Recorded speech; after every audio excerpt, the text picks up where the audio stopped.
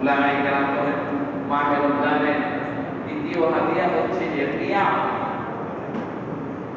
আল্লাহ তাআলা সন্তুষ্টির জন্য আল্লাহ তাআলার সামনে দাঁড়িয়ে নামাজ আদায় করে, তাহাজ্জুদের নামাজ।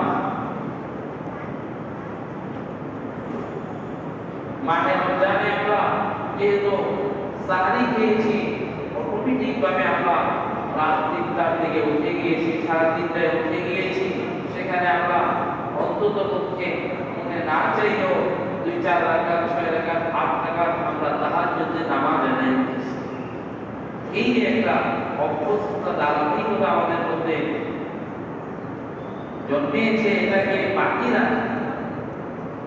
১ মাস অভ্যস্ততার পরে এখনো আমরা যে রাতে পড়তাম, আমাদের ঘুম ভেঙে যায়, এরকম রাতে ক্ষুধা লাগে। এই যে অভ্যস্ততা, এই